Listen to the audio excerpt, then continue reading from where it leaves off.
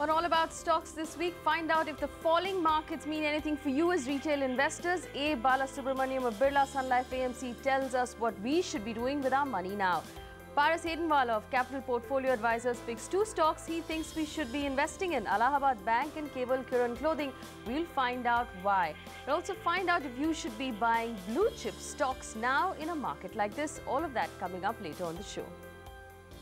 Welcome to All About Stocks, the show that helps you as retail investors make the best stock market calls in our equity market, especially in a market like this when we need all the help we can get. In fact, remember, this is a show for long-term investors. All the stock calls you hear on this show are meant with a time horizon of 3 to 4 years. Now, we saw the Sensex trading close to 17,000 for most of this week, and before it closed on Friday, we saw it fall below 17,000. The Nifty flirting with 5,000 there. Now, if you hadn't had time to check the markets during the week, Abhishek, my colleague, has the latest numbers on what happened in the market. Abhishek. Well, talking about market, this has been a week marked by intense volatility. I mean, Nifty is down just 2% for the week. But if you look at the range, it was almost a 450 odd points range when it comes to Nifty. And for Sensex, it's over a 1,000-point range. Now, this was a week when, emerging markets like India and the rest of the world actually digested US sovereign rating downgrade by S&P. We saw Fed actually coming out in the open after FOMC meet and pledging that, yes, they are going to keep the rates at record lows for an extended period. And then European Union banning short selling. These were the events which actually provided some support. We are also marked by a good IIP number when it comes to India, but it actually failed to cheer the markets. What was gaining this week? Well, definitely, gains were there in Motown because auto stocks were driving home with big outperformance. You look at the names like M&M, Hero, Honda, Maruti. I mean, these guys have delivered returns in excess of 8% at median level. M&M, in fact, is up 13% last year on back of great set of numbers and operationally a visible upgrade coming in from foreign brokerage houses. What was losing this week? Well, it is definitely power sector, which is looking powerless, if you can say so, because if you look at R Power and Tata Power, they have failed to impress the street. These stocks are down over 11% for the gone by week. We've also seen some bit of selling pressure coming in financial stocks like Reliance Capital. All right, Abhishek, thank you so much for giving us the latest on that market. Like Abhishek was saying, grim markets there, not a lot of good news coming in from what we've seen happen over the last week. Thankfully, we have A. Balasubramaniam, the CEO of Birla Sun Life Asset Management Company, to help us make sense of this market. Bala, thank you so much for joining us on the show this week. We've seen a state of panic, of nervousness over the market over the last 2 weeks. First of all, do you expect this to continue? Do you expect to see more pain ahead for us? I think the correction in the market is largely on the back of what you have seen in the global market, which is driven by the US downgrade, and subsequent to that, the expectation on downgrades on some of the European markets. And on top of it, what steps I think each government would be in a position to take with respect to making the right fiscal corrections roadmap. What does it mean? Actually, it means the growth expectation which we are building up in some of these economies get reduced, to the extent the earnings of the companies would also get downgraded as a result of the expected slowdown in the growth momentum. And to that extent, of course, India is also, the market will get impacted. Ultimately, the global growth slowing down could have somewhere in some form or other a negative impact with respect to the growth coming down. Having said that, that's why I think we have seen the last 2 days the market volatility has been quite high. Having said that, clearly I think India has been the best performing market for the last, at least, though the market underperformed since the beginning of the year, the global market with a substantial margin. The last few days, Indian market has outperformed the global market by anywhere between 6 to 7%, which again, it's again proving the point that the Indian market to large extent will get insulated given the fact that Indian consumptions continue to remain, drive the economic growth, and the reduction in the economic growth in India, which has been expected to grow to anywhere around 8 to 8.5%, may not get impacted so much, except a few basis points we could see it dropping, which is in line with what we have seen in the global market, is quite a significant improvement and achievement which I think will achieve from India perspectives.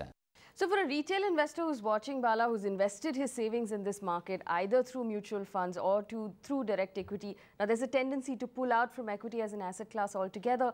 What would you recommend in a market like this? What would you say to a long-term retail investor who's watching? Yeah, I think you said it very clearly that the long-term view is most important from the retail investor's point of view if one wants to participate in the Indian capital market. At the same time, the market having given a corrections, which is the correction is on the basis of the crisis what you are seeing in the global market, and it is not, it has got nothing to do with the domestic crisis, or that has got nothing to do with any kind of domestic issues that we are facing. It is purely the function of what is in the global market. And historically, we have seen that any investment is made during the crisis time, the next 1 year or 2 year or 3 year, the market has always given a phenomenal return. Given these kind of facts and figures, clearly I think from investors' point of view, retail investors' point of view, it's a time to accumulate. The question always comes in the mind is, should I go and just jump and then buy in one go today?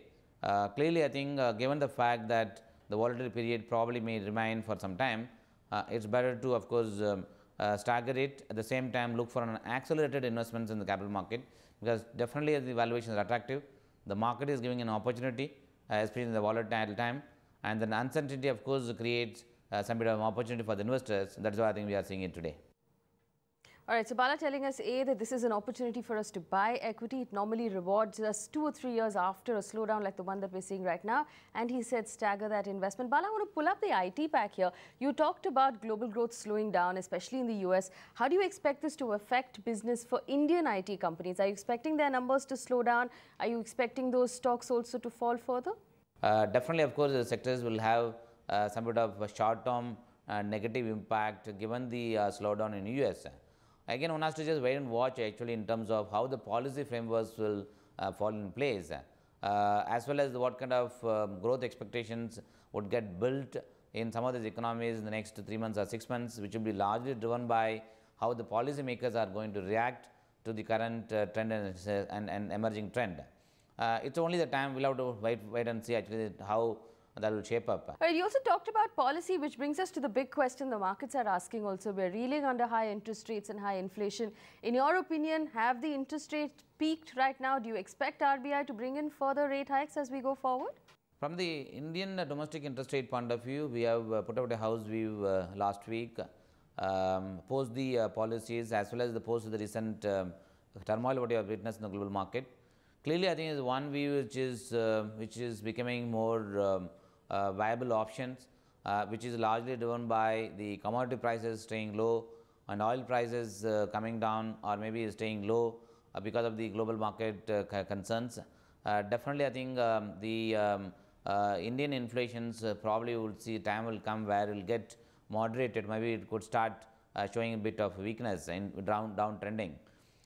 Given this kind of fact, also combined with the poor credit to offtake that we are witnessing in the systems, and the expected slowdown which we had advocated. Now the current turmoil which we are witnessing in the global market, definitely I think is creating a room and creating a kind of roadmap for a case actually for picking of interest rates, which essentially means that the probability of interest rates hike pass would become in some sense a reality. Right, Bala, normally when interest rates peak out, you expect banking stocks to also bottom down, which means that they're not going to fall any further, which creates an opportunity for investors to buy those stocks before they start picking up. Do you expect banking to start picking up in the future? What's your call on the banking sector? Yeah, the sector, of course, is it's a proxy for the Indian economy, and the sector, of course, plays actually the represents and plays the various sectors through the, of course, the credit. Also, the sectors will largely benefit or lose on the basis of rising and falling interest rates. Plus, this market has also given a corrections, given the fact that 26% of the index weight is coming from the banking and financial service sectors. The valuations, of course, have now come to attractive levels, more on the basis of the price to book multiples. Given the fact that the market will remain volatile, the sectors will also, of course, will undergo a volatility, given the fact again that ownership pattern in the sectors is in line with what is there in the index weight. But the sectors will continue to be the sectors the long-term driver for India's growth stories, given the fact that the sectors will remain a proxy for the Indian economy. All right, Bala, thank you so much for joining us on a week like this and sharing your insight on what's happening in the market and what we can do as retail investors.